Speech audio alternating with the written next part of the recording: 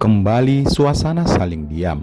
Al hanya memandang meja-meja di sekitarnya, mencari sesuatu yang bisa dijadikan bahan pembicaraan. Sayangnya tidak banyak tamu saat ini. Kok diam sih? Tanya Rahma kembali.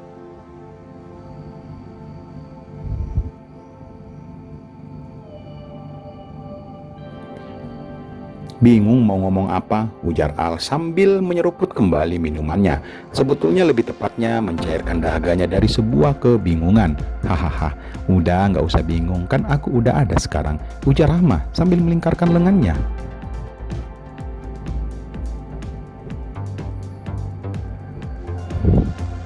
Ini kita ngapain ya mah? Pacaran sih, ujar Rahma singkat. Suasana mereka berdua saat ini memang yang selama ini dinantikan oleh Al. Berdua dengan wanita yang dicintainya membuat jantungnya berdetak lebih kencang. Kadang Al hanya sesekali menarik nafas panjang, memikirkan semua yang selama ini dilewatinya.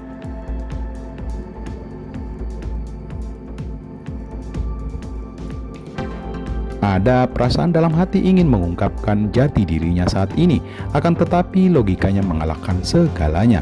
Karena prinsip Al saat ini yaitu mencari pasangannya di kemudian hari adalah seorang wanita yang menerimanya apa adanya, bukan karena melihat apa yang ada pada dirinya sekarang. Oh iya, tadi ngapain kamu ketemu dengan Pak Toto? Tanya Rahma yang sudah mulai mengangkat kepalanya dari bahu Al dan menyeruput minumannya kembali. Ada penerimaan marketing mah, kali aja bisa lulus dan bekerja dengan kalian. Oh, berarti nanti kamu jadi bawaannya Mas Reza dong, ujar Rahma sambil meletakkan kembali gelas minumannya di meja.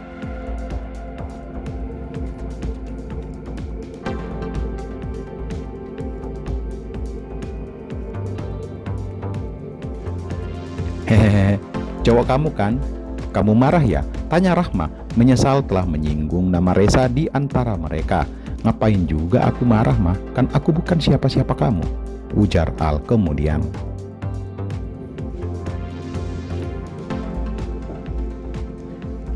Tapi kamu calon suami aku sih, dia kan hanya pilihan orang tua saja.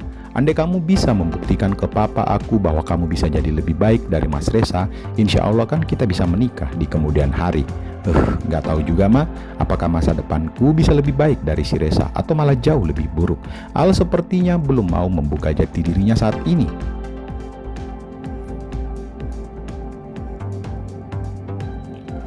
Padahal jika Al sekali ngomong saja, dia bakalan bisa dengan gampang mendapatkan wanita impiannya selama ini. Rahma yakin kamu bisa sih, ujar Rahma. Maybe, balas Al, membalasnya dengan sangat singkat.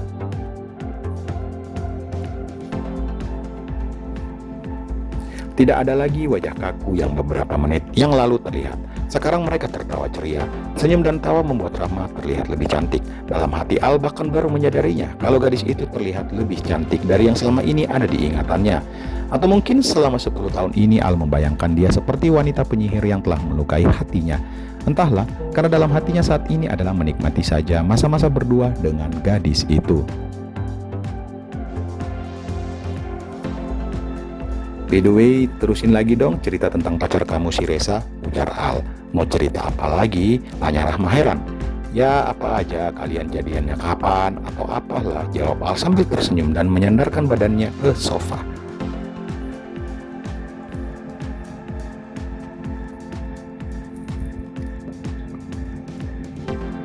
Aku ketemu dia di sini Al.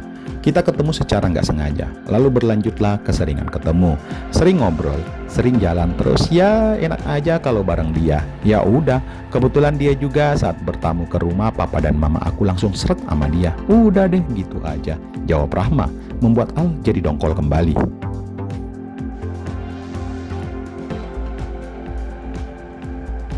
Kok nggak diajak ke sini? Tanya Al. Ntar ada yang cemburu lagi. Hehe. Nggak kok. Sekarang dia lagi sibuk karena banyak kerjaan kali, jawab Rahma sambil tersenyum menatap wajah Al yang rada-rada dongkol.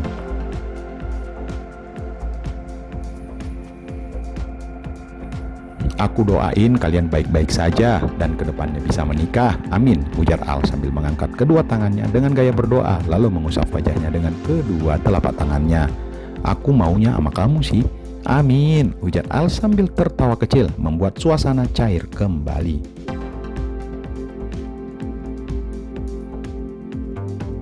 Tidak terasa mereka berdua sudah lama duduk di kafe. Meja-meja di sebelah mereka juga sudah mulai terisi. "Kita jalan keluar yuk," ujar Rahma, dan Al hanya mengangguk mengiyakan permintaan Rahma. Setelah membayar di kasir, akhirnya mereka memutuskan berjalan-jalan sambil melihat-lihat di mall. Tak lupa Rahma dengan manja menggandeng lengan Al seperti halnya pasangan suami istri. Mereka lalu berhenti di depan toko baju bermerek.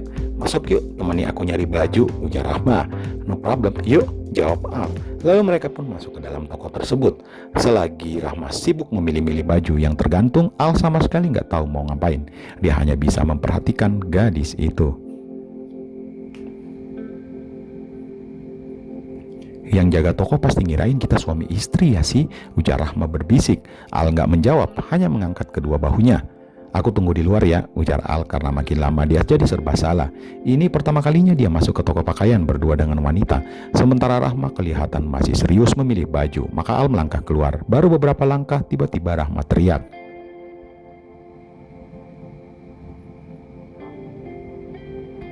"Pah, tungguin di kasir ya." Suara Rahma lumayan keras, atau memang disengaja. Cukup untuk membuat beberapa pasang mata melirik ke arah mereka berdua, membuat Al cuma bisa tersenyum meringis. "Udah selesai belanjanya mah," ujar Al saat melihat Rahma keluar setelah beberapa menit di dalam toko. Al mengulurkan tangannya untuk membawa tas kertas berisikan baju. "Sorry ya ngerepotin kamu." "No problem," jawab Al. "Kamu tahu kalau nanti kita punya anak, aku mau anak cewek. Terus baju-bajunya aku pengen kayak gitu," ujar Rahma manja sambil menggandeng lengan Al lalu menunjuk beberapa pakaian anak kecil yang terdisplay di depan kaca di salah satu toko pakaian bayi yang baru saja mereka lewati.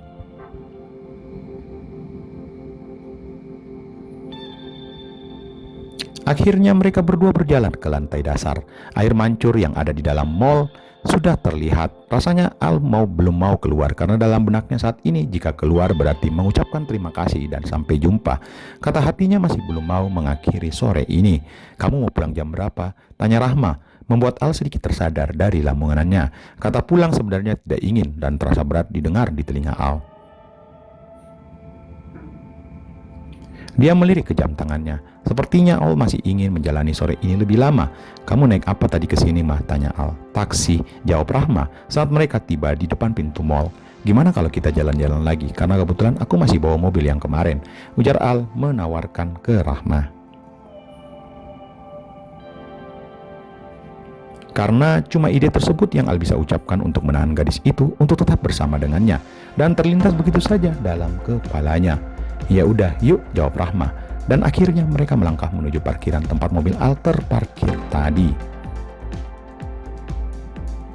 "Bentar ya, kamu jangan bersuara, aku mau telepon Mas Reza dulu," lanjutnya saat mereka sudah berada di dalam mobil. Saat Rahma sibuk menelpon Reza bahwa dia pulangnya agak telat, Al hanya bisa kembali memandang gadis itu dari samping. Entah kenapa Al begitu menikmati setiap momen memandang gadis itu. Tanpa harus mengucapkan satu kata, cukup hanya dengan memandang dia saja. "Hei, jangan melamun, yuk jalan," ujar Rahma memecahkan lamunan Al setelah menutup teleponnya. Ya udah, yuk jalan."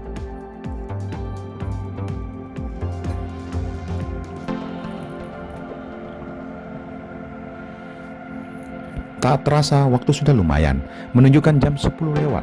Lalu Al memutuskan untuk mengantar gadis itu pulang. Saat mereka tiba di depan rumah Rahma, tiba-tiba Papa Rahma melihat Rahma turun dari mobil Al, lalu kemudian mendekat ke arah mereka. "Rahma, dari mana aja? Mana Reza?" tanya papanya, mengagetkan Rahma. Papa, Mas Reza lagi sibuk, Pak. Banyak kerjaan katanya," jawab Rahma.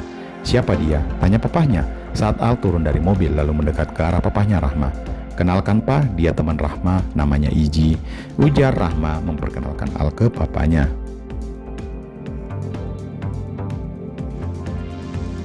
"Alfrisi Om," ujar Al memperkenalkan dirinya.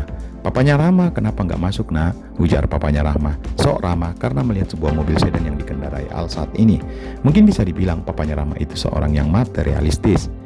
"Iya Pak, nggak usah, mungkin lain kali aja," ujar Al mencoba menolak tawaran papanya Rahma. Ya udah kalau gitu Om masuk dulu, ujar papanya lalu meninggalkan mereka berdua di depan rumah. Mah, aku pulang ya. Jar Al mencoba pamit ke Rahma. Ya udah, hati-hati ya sayang. Kalau udah nyampe rumah SMS, jawab Rahma sambil tersenyum. Oke deh, ya udah aku pamit ya. Iya, ya udah sini. Al langsung menyentuh kening gadis itu. Ya udah hati-hati ya, ujar Rahma. Lalu Al pamit dan meninggalkan Rahma yang masih berdiri melihat mobilnya sampai keluar dari gapura perumahannya. Rahma melangkahkan kakinya masuk ke dalam rumah dan sang papa sudah menunggunya di ruang tamu saat ini. Siapa dia? Tanya papahnya saat Rahma sudah masuk ke dalam rumah. Teman Rahma, Pak, jawab Rahma menunduk. Apa kerjaannya? Bibit bobot bebeknya bagaimana? Tanya papanya.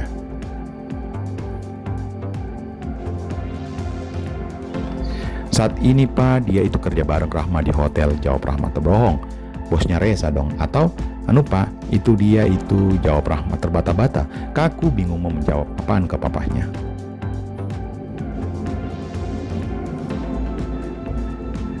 Kenapa kamu gak menjawab pertanyaan papa? Pokoknya dia itu satu level dengan Reza Pak, jawab Rahma berbohong lagi. Ya sudah, syukur deh kalau gitu. Kelihatan sih dari penampilannya kalau dia itu berasal dari keluarga terhormat, ujar papanya yang sudah tersenyum kembali. Iya Pak, ya udah Rahma naik dulu ke kamar ya Pak, mau bersih-bersih dulu. Oke sip, jawab papanya lalu Rahma melangkah naik ke kamarnya dengan berbagai perasaan yang tak menentu saat ini.